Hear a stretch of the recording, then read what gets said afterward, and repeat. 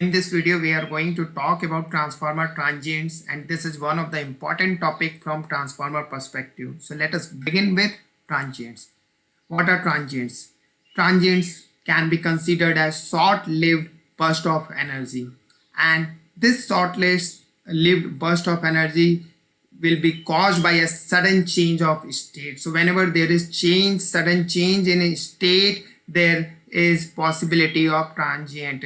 In this figure we have shown that there is a voltage spike and there is a transient in this voltage waveform. So this transient is occurring due to sudden change of state in the system. So this will be for a short duration, or we can say there it will be for momentary variation in current. There will be a transient in the voltage waveform.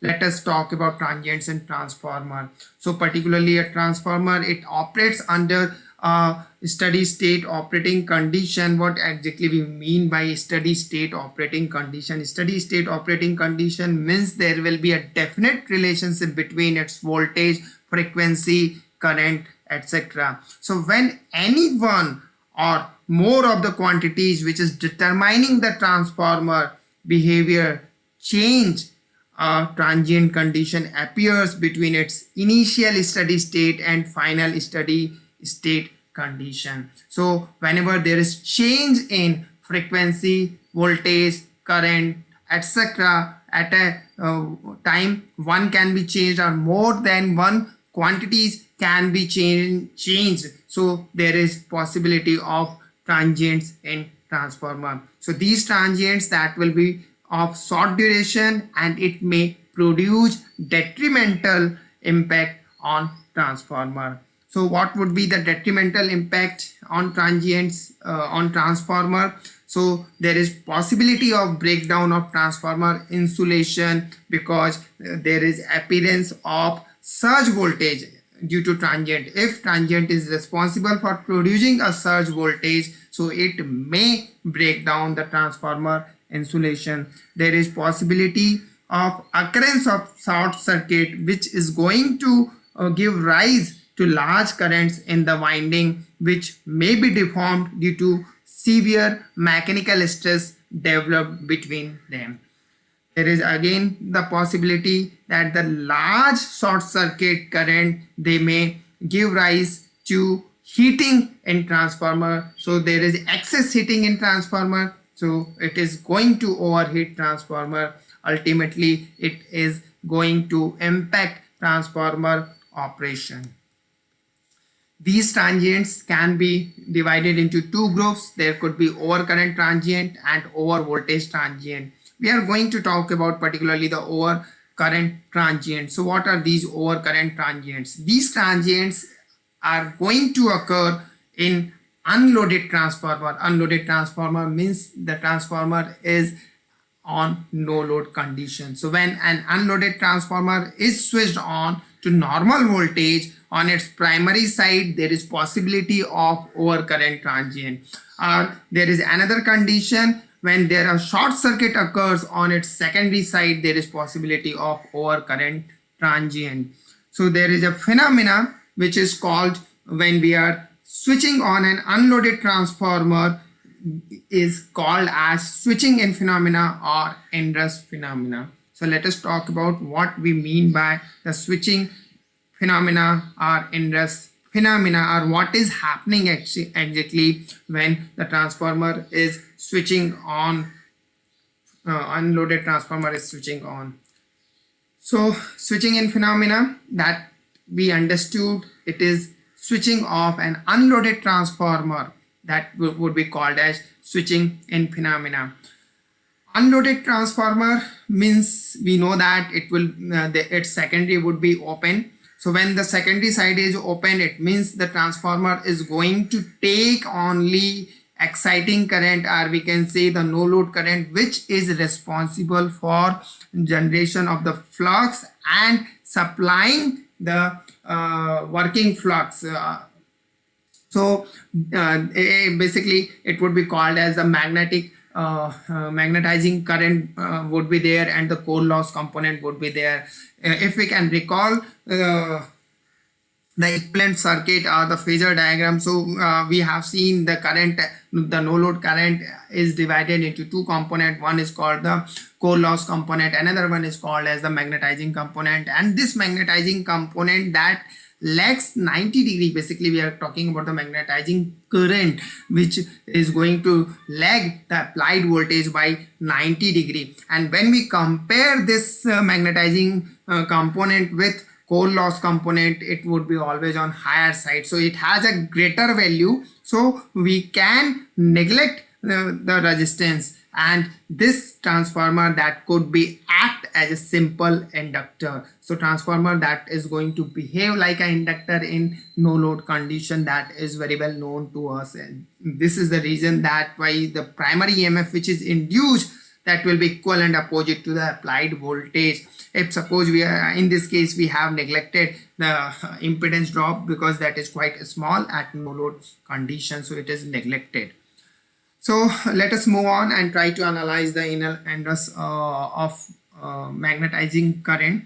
So we are going to talk about first steady state condition of transformer. So what happened in a steady state condition, that already we have discussed. The transformer is applied with a voltage V1 which is shown in this diagram, and there will be a flux. That flux is going to lag by the 90 degrees. So we will have basically two conditions from this particular diagram, that is the condition number 1 and condition 2 are two states we can say. So state 1, what it is indicating, that the value of voltage V1 is 0. At that time the flux has negative maximum, and at instant 2 we can see the V1, the applied voltage, has a maximum value and the flux is having 0 value. So particularly we are going to talk about these two conditions. Before going into that, just we want to discuss here the constant flux linkage theorem. So why we are trying to understand the constant flux linkage theorem, because the transformer is going to act as an inductor. So basically what this theorem indicates or implied. So according to this particular theorem, the magnetic flux in an inductive circuit can't change suddenly. There is no sudden change in current or flux in an inductor. That is according to this theorem. So basically it says that the flux just after closing the switch at t is equal to 0 plus, it must remain equal to the flux just before closing the switch at t equal to 0 minus. So before closing and after closing the switch, the flux, it should remain constant. So considering that this particular theorem, we are going to analyze the inverse magnetizing phenomena in case of transformer. So what we are going to do, we are going to consider any one instant in between this instant 1 and instant 2, and at that time the transformer, unloaded transformer, is going to be switched on. So what would happen at that time, we are going to consider. So we have considered a condition between a state between this state 1 and state 2, that transformer is going to switch on. So what would happen? So we have considered the voltage waveform. It is switched on at this instant. At OB, we can say the voltage, applied voltage is OB, and the transformer is switched on. So you are going to get the voltage waveform which is given by this sine wave, and at that time the flux, it will have certain value. When the voltage was 0, at that time the flux was having the maximum value. If we are considering this instant, so at that time it will have certain negative value. So particularly when the transformer is going to switch on, at that time it is going to demand this value of the flux, and according to the theorem, constant leakage theorem, the flux before switching and after switching, it should remain same. So what is the value of flux after immediate after switching, or at t is equal to 0 flux 0 plus, and what would be the value of before at t is equal to 0 minus. So at t is equal to 0 minus, the voltage is the flux is 0. Basically the flux that will be 0, and immediately after switching on the transformer at this instant, the value it should remain 0. But according to this diagram, we could see that the transformer is demanding this value of the flux. So in order to maintain or remain the flux 0 before switching and after switching, the transformer is going to generate a DC flux which would be equal to this value. That is, if suppose this is given by the phi m OA, which is equal to phi m, so the transformer is going to produce a DC flux equal to this value OD, and this is going to remain constant if the primary leakage resistance is neglected. So this will be there due to this is required by transformer to maintain the flux before switching and after switching. Now this flux phi DC, which is equal to this OA or OD, which is equal to OA, that is equal to the phi DC, it is going to remain constant, and this will be called as the DC flux, and it is going to remain constant in magnitude if we are neglecting the primary resistance R1. Now there is DC flux, there is an alternating flux, so both are going to contribute in working of transformer. So the resultant core flux, that will be the sum of this phi DC and the phi m, so that will be given by this particularly dark line. So now the resultant flux, that is equal to phi DC plus phi m. So it's not basically symmetrical. You could see there is this value. So the maximum value of the core flux, that would be given by phi DC plus phi m. Now we are going to consider the another instant at which what would happen, how the transformer is going to perform. So we are going to consider actually this second instant here. At that time, let us see what is happening. So at this time we could see that the value of the voltage, applied voltage, it is maximum, and the flux has a 0 value, and at this time when transformer is going to switch on, so what would happen, let us see. So now we are having the maximum value of the voltage and the flux is 0. So when we are going to switch on transformer at this particular value, the flux value is 0, so the transformer is going to demand the 0 value, and at t is equal to 0 minus, what would be the value of the flux? So the value of the flux at t 0 minus, that is 0, that will be 0, and after switching on, that is instant t 0 plus, the value of flux should 0, and in this case we have seen that the transformer is going to demand 0 flux. It means that there will be no transient. Basically there will be no transient, there will be no DC flux requirement there. That's why there is no transient. So the core flux, it will build up slowly, which is given by this particular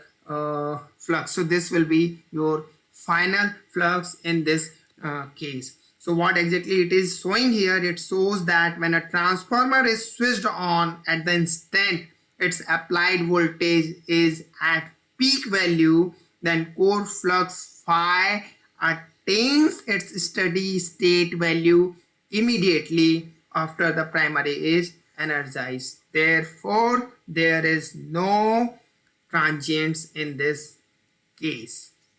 In this case there is no transient. Now we are going to consider the instant 1. At instant 1 we are going to analyze what would happen. So quickly we will see that we can see that the value of the voltage is 0, and at that time it is going to demand the maximum phi m. So what would happen in this case? So the V1 is passing from its 0 value and it is becoming positive, whereas the flux is maximum negative. So now your transformer is switched on at this particular instant, so it is going to demand the value, this value of the flux would be demanded by the transformer. it means there will be a DC flux which will be equal to this value, that is a maximum phi m.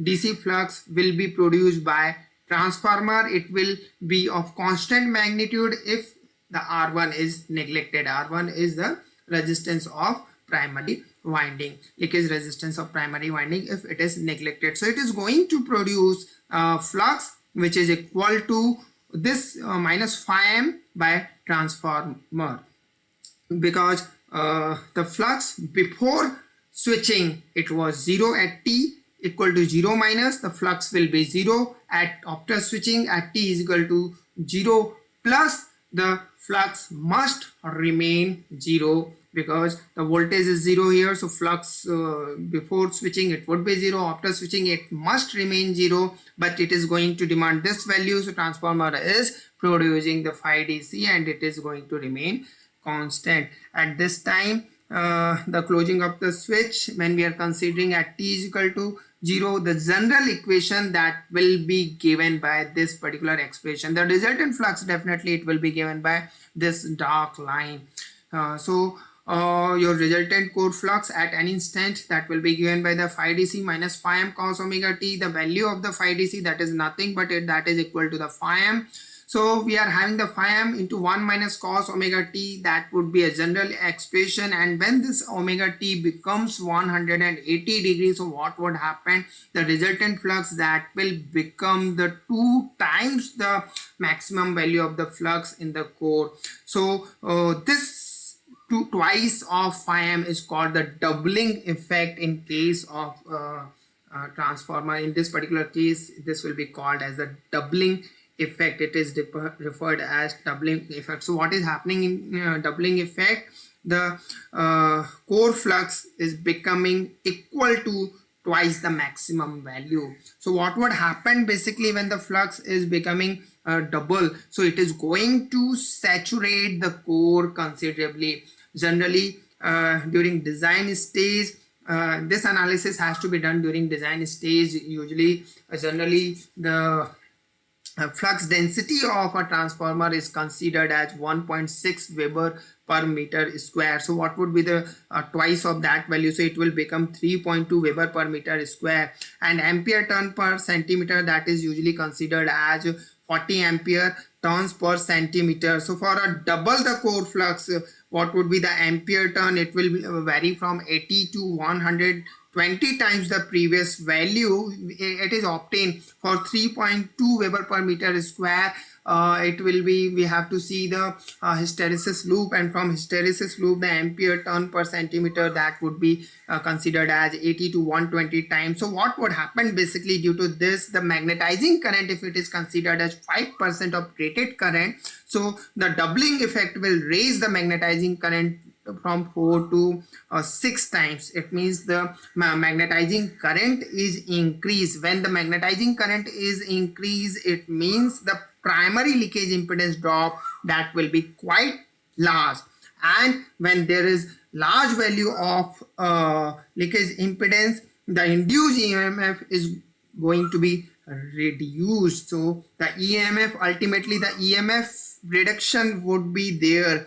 Now this reduced EMF in core, due to this doubling effect, there is reduction in the EMF. So this EMF restrict the core flux from attaining the double value, double peak of flux. So basically what is happening, due to doubling effect, the magnetizing current is increased, and due to this magnetizing current, there is a reduction in EMF. When EMF is going to be reduced, so it is basically restricting this to flux to attain the twice value. So basically it seems that the doubling effect, that is dangerous, but that is not that light. But this inverse phenomena, that should be studied at the design stage. There could be one more case, basically that would be the transformer may have some residual magnetism. If suppose there is a residual magnetism that is of value of phi r, so it is going to remain constant in case of transformer. And suppose your transformer is switched on when the V1 is 0, that is a previous case, and the phi has a maximum value. So at this time your transformer that is basically going to demand certain value of the flux, that is this value it is going to demand, and fire it is there. So basically in order to remain flux constant before switching and after switching, before switching the flux value is 0, after switching the value of flux is must remain 0. So it has to produce this value. Basically what would be here the value in this case? It would be not 0 because the residual magnetism is there. So before switching the value of flux is phi r, and after switching it will be the phi r. That should be noted here. The value of flux that will be the residual magnetism before switching, and after switching it should be residual magnetism. So it is going to demand this value of the phi m in this case. When your transformer is going to switch on, it is going to demand this value of phi m plus you can say this residual magnetism. So this particular transformer is going to produce phi m as a constant flux, and the resultant flux that will be given by this phi m plus phi r. Basically this will be the general expression in this case, phi m plus phi r plus phi m into 1 minus cos omega t. When the value of omega t is equal to 180 degree, at that time you are going to get the maximum value to phi m plus phi r. So basically in this case what would happen, the resultant flux that will be given by this particular graph. So in this case when the flux is greater than 2 phi m plus phi r, so the core that will be super saturated in this particular case when residual magnetism is there. If we talk about its hysteresis loop, so what would happen in the very first condition, we can call when the voltage was 0 and the phi was 0. So at that time the hysteresis loop that will be given by this graph, and your the current that would be the symmetrical. Basically there is no transient effect would be there. In second case we have seen that there when the value of voltage is 0 and the flux has a maximum value, at that time we can see the hysteresis loop is reduced, and the flux that is going to vary from 0 to 2 phi m in this particular case, and the current that is unidirectional. That is an important point we should note in that particular case. In third case, when the residual magnetism was there at that time, definitely the core is going to be super saturated, and the flux that is going to vary from phi r to 2 phi m plus phi r. We should note that it is not going to vary from 0. It will vary from the residual magnitude of the residual magnetism flux, residual magnetism flux to 2 phi m plus phi r. In this case core is super saturated, and the other thing that hysteresis loop that becomes negligibly small, and I phi that is completely offset from 0 in the beginning. The waveform of this magnetizing current becomes symmetrical after some times on account of I square R loss. So this is all about the inverse phenomena in case of transformer. If you have any query, you can drop into the comment box. Thank you very much for watching.